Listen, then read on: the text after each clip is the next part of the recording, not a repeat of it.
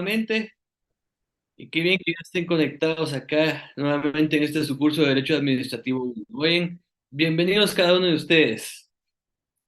Hoy tenemos una tarde-noche bastante lluviosa, ¿verdad? Ustedes bastante lluviosa. Vamos a tratar de ser breves porque seguramente el tema de las redes y de las conexiones va a ser complicado en esta noche, así que vamos a ser breves, oigan, mis amigos. Hoy vamos a platicar de un par de temitas bastante cortos, hoy bastante cortitos.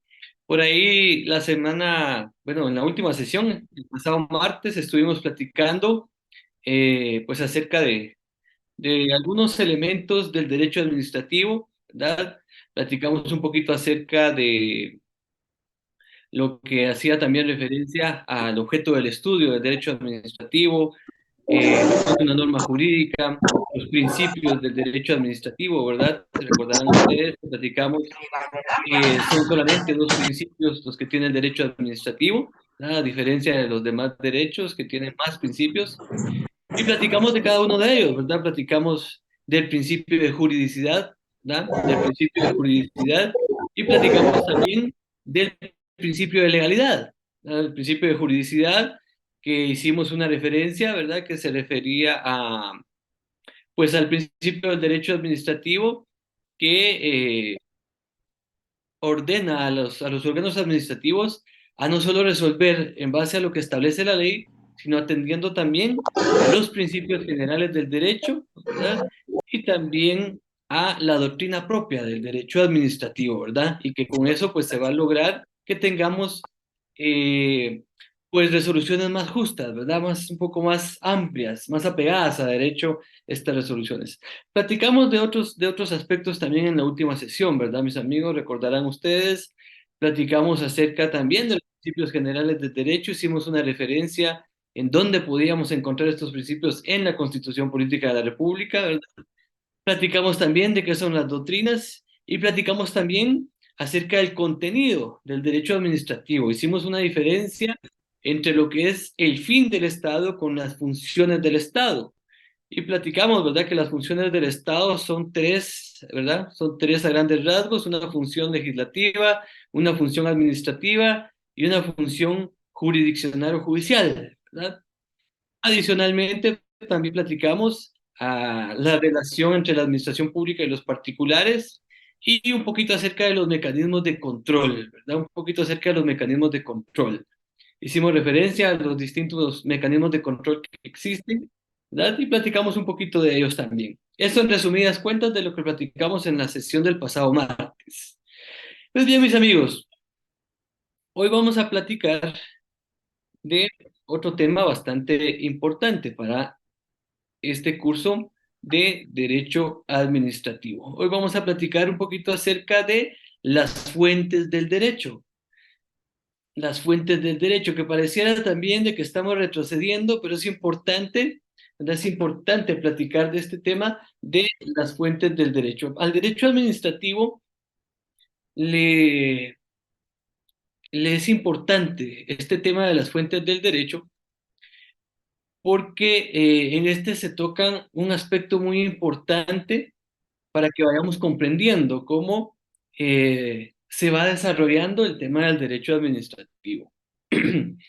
Las fuentes del derecho, mis amigos, como bien lo hemos platicado y pues lo hemos eh, mencionado ya acá en el curso, fuentes, venimos también escuchando desde nuestro primer curso acá en la facultad, desde Introducción al Derecho uno acerca de fuentes del derecho, pero ¿cómo definimos lo que es una fuente del derecho? ¿Cómo lo definimos? ¿Verdad? Tenemos el mismo problema que con los principios. Nos han enseñado principios, pero no sabemos en realidad qué es un principio. Ahora, pues ya lo conocemos. De igual manera, ahora vamos a conocer qué es una fuente del derecho. Pero vean, mis amigos, las fuentes del derecho, pues son todos los acontecimientos, ¿verdad? Hechos, los documentos, circunstancias, ¿verdad? De donde surgen las normas jurídicas, es decir, todo el entorno, todo lo que provoca que se cree una norma jurídica, ¿verdad? Definiendo qué es una fuente del derecho, ahora ya podemos entrar a conocer cuáles son las fuentes del derecho. Hemos conocido y hemos desarrollado durante la carrera que existen tres fuentes del derecho clásicas, digamos, ¿verdad? Las reales o las materiales, las históricas y las formales, ¿verdad? Y las formales. Las reales o las materiales, mis amigos, que se refieren a acontecimientos actuales, es decir, cuestiones que están pasando perdón, y que son motivo para la creación de una norma jurídica. Acontecimientos de hoy en día, de este tiempo presente que estamos viviendo. Las fuentes históricas son acontecimientos que han ocurrido en el pasado, pero que son motivo para crear normas jurídicas, ¿verdad? Reales o materiales es el presente, históricas es el pasado, pero que ambos hechos son motivo para la creación de una norma jurídica. Y las fuentes formales, que son las que más nos interesan, ¿verdad? Se dividen en varias subclases de fuentes, ¿verdad? Como fuentes formales, por excelencia, encontramos las que están establecidas en el artículo 2 de la ley del organismo judicial. Yo sé que no tienen ahorita a la mano su ley del organismo judicial, pero es importante que vayamos a nuestra ley del organismo judicial y que ahí hagamos esa anotación cuando terminemos la clase. Pues bien, en el artículo 2 de la ley del organismo judicial nos hace referencia a que existen pues, varias clases de fuentes formales. La ley, Licenciado, la jurisprudencia y la doctrina. ¿Ah? La jurisprudencia y la doctrina. No sé si alguien tenía por ahí alguna duda, alguna inquietud. sí tengo a la mano la ley del organismo judicial, Bueno, si fuera tan amable de darle lectura al artículo 2, por favor. fuentes del derecho. La ley es la fuente del ordenamiento jurídico, la jurisprudencia la complementará. La costumbre regirá solo en defecto la ley aplicable o por delegación de la ley, siempre que no sea contraria a la moral o al orden público que les resulte probada. Muchas gracias, estimada Daniela, muchas gracias. Pues bien, como veníamos platicando entonces, la ley como una fuente formal del derecho tiene pues dos sentidos o dos interpretaciones. El primero de ellos, ¿verdad? Es el stricto sensu o el sentido estricto, es decir, que hace referencia a aquellas normas jurídicas creadas por una Asamblea Nacional Constituyente o por el Congreso de la República, ¿verdad? Cualquiera de los dos mismos.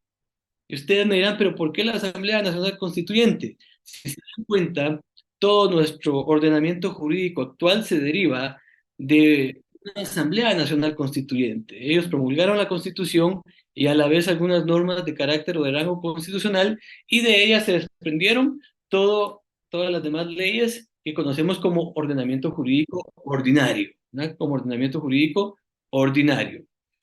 Y el otro sentido es el lato sensu, es decir, un sentido amplio, todas las normas, ¿verdad? Todas las normas. Para el caso del derecho administrativo, nosotros vamos a tomar la ley como una fuente formal principal del derecho, atendiendo a su más amplio sentido, ¿verdad? Atendiendo a su más amplio sentido. Y ahorita vamos a conocer por qué. Vean, pues, mis amigos. La ley, como ustedes recordarán, pues tiene varios rangos atendiendo a la tan famosa pirámide de Kelsen, ¿verdad? Ustedes tenemos, ¿verdad? Hasta arriba las normas constitucionales, ¿verdad? Que son creadas por una Asamblea Nacional Constituyente, ¿verdad? Y en estas encontramos, ¿verdad? A la Constitución Política de la República de Guatemala, a la Ley de Amparo, Exhibición Personal y de Constitucionalidad, a la ley electoral y de partidos políticos, tan famosa en estos tiempos esa ley, a la ley de orden público y a la ley de emisión del pensamiento. 5 leyes, ¿verdad? De carácter constitucional, creadas por una Asamblea Nacional Constituyente, que realmente la Constitución, la ley de amparo y la ley electoral sí fueron un poquito más trabajadas, un poquito más analizadas y más desarrolladas. La ley de orden público y la ley de emisión del pensamiento, a la Asamblea Nacional Constituyente ya no le dio el tiempo para poderlas trabajar de manera más profunda y solo hicieron algunas enmiendas a cuerpos normativos que ya existían con anterioridad y las promulgaron.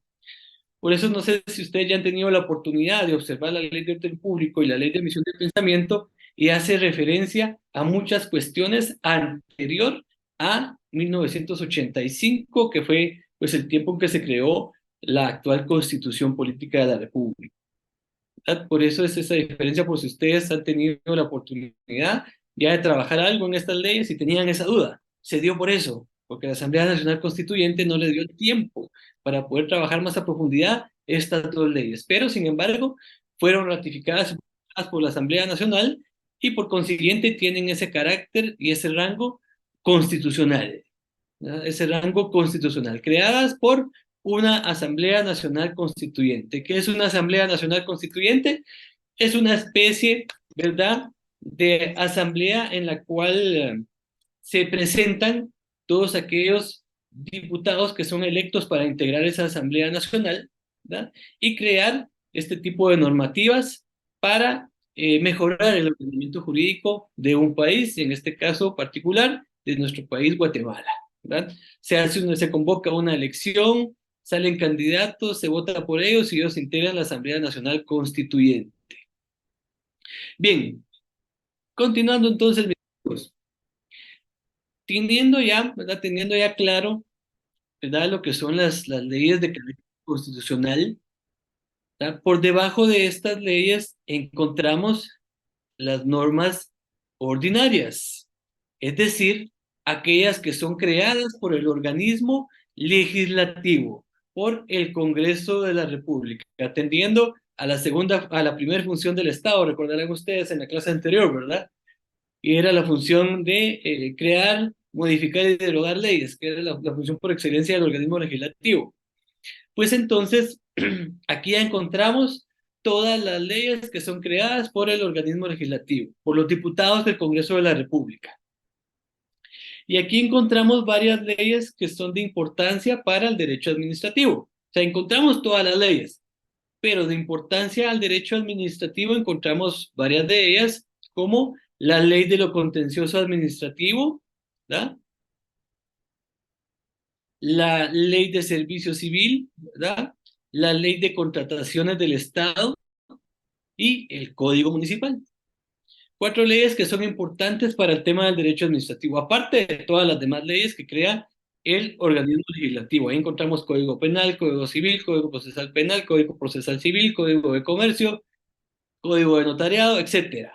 Todas las normas que son creadas por el Congreso de la República las encontramos ahí, en estas leyes de carácter ordinarias, ¿verdad?, de carácter ordinarias. Ahí, pues ya son los diputados del Congreso de la República los que a través del procedimiento legislativo se encargan de la creación y la promulgación de las leyes, ¿verdad?, de las leyes. Siguiendo entonces el orden, mis amigos, luego de las leyes ordinarias encontramos las normas reglamentarias. Las normas reglamentarias, mis amigos, son aquellas que son creadas por un órgano administrativo para ejecutar las ordinarias. Es decir, que estas normas reglamentarias nos van a servir para, ¿verdad?, para ejecutar las ordinarias. Todas las normas que crea el Congreso de la República, ¿verdad?, cuando se refieren a cuestiones de carácter administrativo, es necesario desarrollar reglamentos que nos ayuden a aplicar los conceptos que están establecidos en las leyes ordinarias. Y atendiendo a esto, pues encontramos algunos ejemplos de importancia para el tema del derecho administrativo, como el reglamento de la Ley de Contrataciones del Estado o el reglamento de la Ley de Servicio Civil, ¿verdad?, por darles algunos ejemplos, ¿verdad?, que son importantes para el tema del derecho administrativo. Estos reglamentos son desarrollados por un órgano administrativo ajeno al Congreso de la República, ¿verdad? Son desarrolladas por un órgano administrativo ajeno al Congreso de la República. Regularmente, cuando se crea una ley ordinaria, esta se remite al Ejecutivo, el Ejecutivo la publica en el Diario Oficial, ¿verdad? Y regularmente hay un órgano administrativo que es parte del Ejecutivo que se va a encargar de darle seguimiento a esa ley, dependiendo del tema que se trate. Puede ser gobernación, puede ser finanzas, puede ser salud, ¿verdad? Puede ser educación, puede ser defensa, etcétera. Pues entonces ya viene un ministerio o el órgano administrativo que sea ad hoc y se encarga de desarrollar el reglamento para que la ley ordinaria pueda ser ejecutada, ¿verdad? Para que la ley ordinaria pueda ser ejecutada. Adelante, estimado Chiwi. Gracias, licenciado. Buenas noches, compañeros también. Solo la pregunta, licenciado, en el caso de las reglamentarias, ¿también puede aplicarse aquí el reglamento de la ley electoral y de partidos políticos? Sí, es correcto también. Es correcto también. Ah, gracias, gracias. Sí, es para así lo anoto por acá, gracias. Muy bien. Sí, como les digo, ahí están todas las reglamentarias, las más quizás relevantes para el tema del derecho administrativo, reglamento de la ley de contrataciones del Estado y reglamento de la ley de servicio civil, pero hay más, ¿verdad? Hay muchos más reglamentos. Pues bien, mis amigos, adelante, bueno, bien, mis amigos. Como les platicaba, entonces las reglamentarias son desarrolladas por un órgano administrativo y que nos van a ayudar para poder ejecutar las normas ordinarias, ¿verdad? Las normas ordinarias. Y luego, mis amigos, y luego de las normas reglamentarias encontramos las normas individualizadas. Las normas individualizadas son aquellas que son resultado de un acto administrativo, es decir, de alguna gestión que hemos nosotros realizado ante un órgano administrativo. Y de esa cuenta nosotros encontramos por acá las resoluciones administrativas y encontramos también los contratos administrativos. Normas individualizadas, ya van a, digamos, van a afectar o van a aplicar a una persona o a un grupo determinado de personas. Si se dan cuenta entonces, mis amigos, atendiendo a la ley como fuente del derecho en su más amplio sentido, al derecho administrativo le interesan entonces todas las normas constitucionales, ordinarias, reglamentarias e individualizadas. No sé si tengan alguna duda o alguna pregunta, mis amigos, los escucho.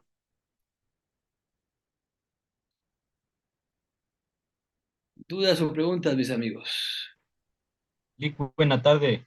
Adelante. Lick, fíjese que yo quisiera que me explicara un poquito más de las normas individualizadas. Es que no me quedó muy claro, la verdad, qué son. Va, muy bien. Las normas individualizadas, como les decía, son el resultado de alguna gestión que hemos desarrollado ante un órgano administrativo. Se consideran normas porque van a surtir efectos solo sobre una persona o sobre un grupo determinado de personas, como las resoluciones administrativas, que son el resultado de un procedimiento administrativo, es decir, de un trámite, ¿verdad?, que realizamos, y los contratos administrativos, que como bien sabemos todos los contratos pues son ley entre las partes y por consiguiente se consideran una norma de carácter individual, ¿verdad? Individualizadas, porque no afectan a todos, solo afectan a las partes como tal. No sé si quedó un poco más claro, mi estimado amigo. Sí, Lick, gracias. Bien, mis amigos. Continuando entonces. La otra subclase de fuente de carácter formal, después de la ley en su más amplio sentido, se refiere a la famosa jurisprudencia, que es una fuente de carácter complementario, ¿verdad? Establece el mismo artículo 2 de la ley del organismo judicial. La jurisprudencia, mis amigos, es una serie reiterada de resoluciones que emiten los órganos de administración de justicia de más alta jerarquía, ¿verdad? Y que se convierten, ¿verdad?, en fallos de observancia obligatoria para todos los demás tribunales, ¿verdad?, de justicia, que se encuentran subordinados a los órganos más altos de administración de justicia. La Corte de Constitucionalidad por un lado y la Corte Suprema de Justicia por el otro lado. Para el caso de la Corte de Constitucionalidad, yo creo que ustedes recordarán por ahí que se sienta jurisprudencia cuando existen ¿cuántos fallos? ¿Se recuerdan por ahí ustedes? ¿Alguien se recuerda? Tres fallos, Tres tres fallos, fallos, correcto. Y la Corte Suprema de Justicia, cuando hay cinco. ¿cuántos? Cinco fallos. Exactamente. Y que para el caso de materia constitucional, a la jurisprudencia ya se le conoce como doctrina legal, ¿verdad? Como doctrina legal. Eso es la jurisprudencia. Casos similares que se van resolviendo de similar manera por órganos, ¿verdad? Con los órganos de más alta jerarquía y que entonces se convierten, ¿verdad? De observancia obligatoria para todos los demás órganos de justicia subordinados a ellos. A eso se refiere la jurisprudencia. Y hay que estar actualizados. Miren, los jueces realmente es un trabajo bien complicado el que tienen que estarse capacitando y actualizando constantemente, constantemente, y nosotros los abogados de igual manera.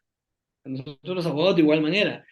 Cuando ustedes ya tengan, pues, ejercicio profesional, nunca dejen de estar ahí viendo la doctrina legal que emite la Corte de Constitucionalidad o la misma Corte Suprema de Justicia, que es importante para estar actualizados, mis amigos, para estar actualizados. Y se van a ahorrar ustedes varios dolores de cabeza ante los mismos órganos de justicia o ante sus mismos clientes, ¿verdad? Ante sus mismos clientes. La segunda fuente de carácter formal hace referencia a la costumbre, hace referencia a la costumbre y la considera como una fuente supletoria, es decir, cuando no existe, ¿verdad?, alguna actividad regulada en la ley, la costumbre se va a aplicar supletoriamente, ¿verdad? Supletoriamente. La costumbre es una práctica reiterada, ¿verdad?, que se realiza dentro de un grupo de personas, ¿verdad?, en virtud de que se considera obligatoria, que no viola la moral ni las leyes que existen actualmente, ¿verdad?, o las leyes que están vigentes, y que además de eso pueden probarse. Esas son tres características, digamos, que hay que cumplir para que una costumbre se pueda llegar a considerar, pues, una ley en determinado momento, ¿verdad? Una ley en determinado momento. Y no tiene nada que ver con cuestiones de derecho consuetudinario, ¿verdad? Que es un tema aparte, que es un derecho aparte, y que tampoco tiene nada que ver, digamos, con castigos o, digamos, de manera física que se practican quizás en algunos lugares en nuestro país. Son cuestiones distintas, son cuestiones distintas. ¿Más dudas, mis amigos, o más preguntas?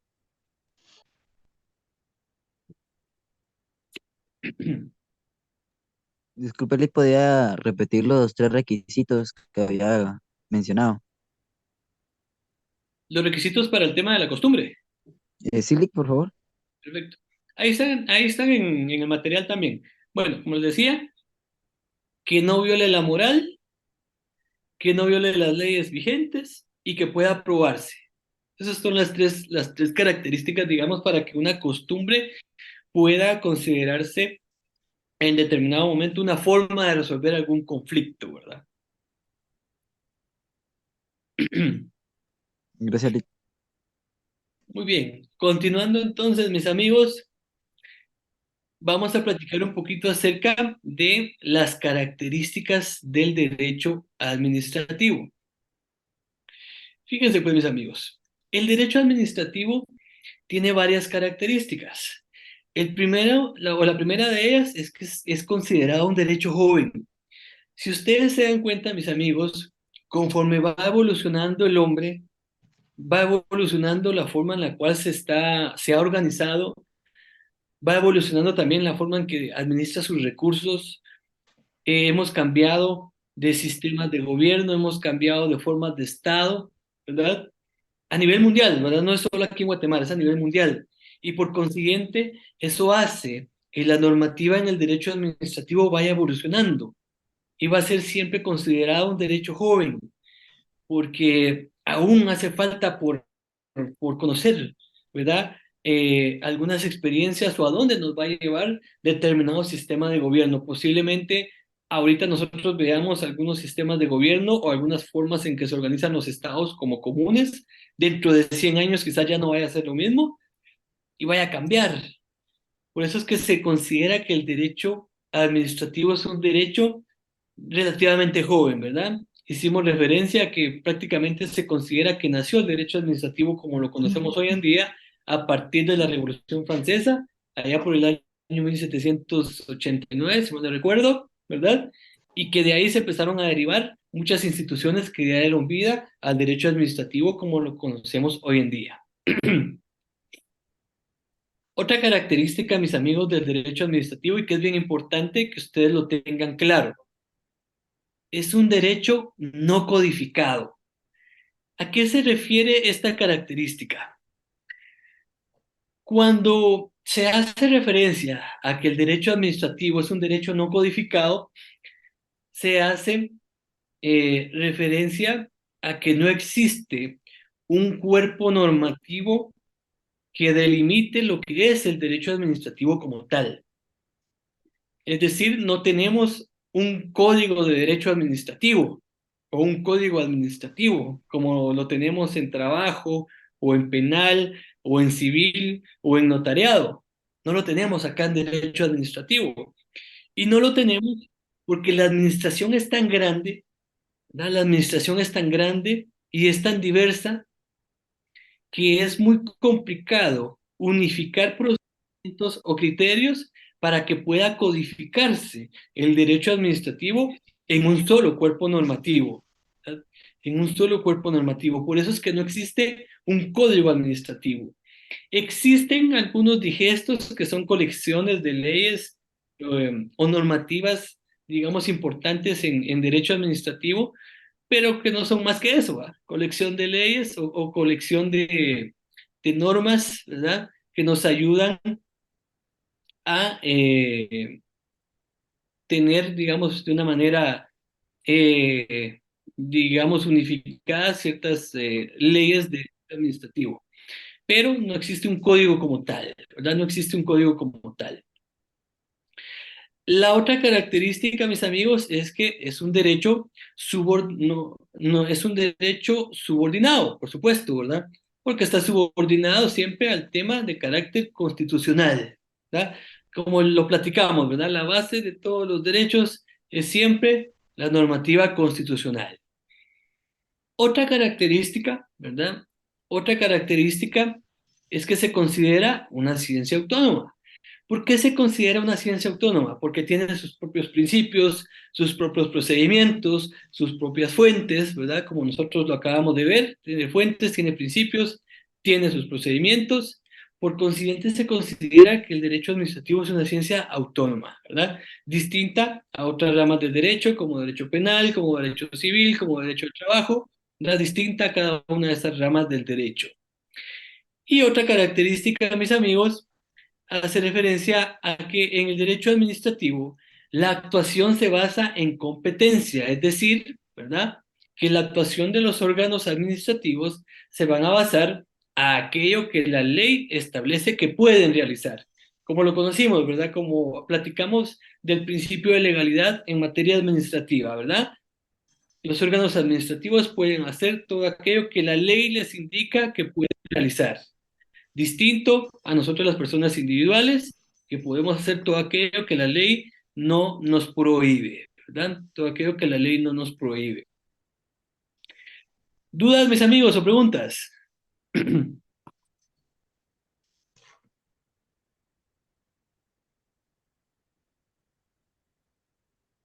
¿Dudas o preguntas, mis Licenciado, amigos? buenas noches. Buenas noches, licenciado. Le saluda Rina. Solamente para consultar si las leyes que usted mencionó, las podemos adquirir. Si ustedes gustan, las pueden adquirir. No las vamos a trabajar, como les dije al inicio, no las vamos a trabajar en este curso. Esas ya se trabajan en el curso de Derecho Administrativo 2. Si no les va a servir para otro curso, yo les sugeriría que esperen al siguiente curso para comprarlas, pero realmente, como les digo, tal vez la ley de servicio civil sí nos va a servir en este curso. De ahí las demás que hicimos referencia no nos van a servir todavía.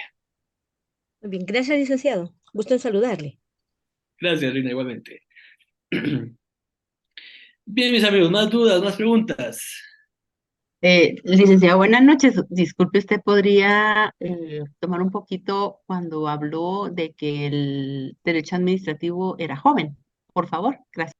Ahora, como les indiqué, el derecho administrativo se considera un derecho joven porque, eh, pues como lo platicamos también acá, se considera que el derecho administrativo nació, como lo conocemos hoy en día, pues derivado de aquel movimiento que suscitó en Francia en el año 1789, la famosa Revolución Francesa.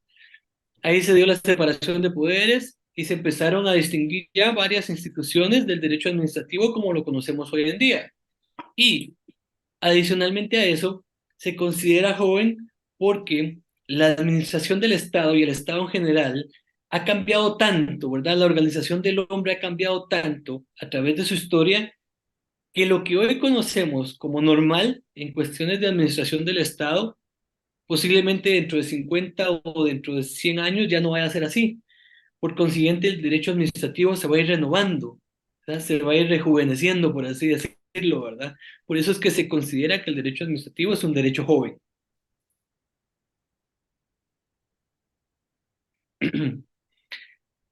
Más dudas, mis amigos, o más preguntas. Gracias, licenciada. A la orden.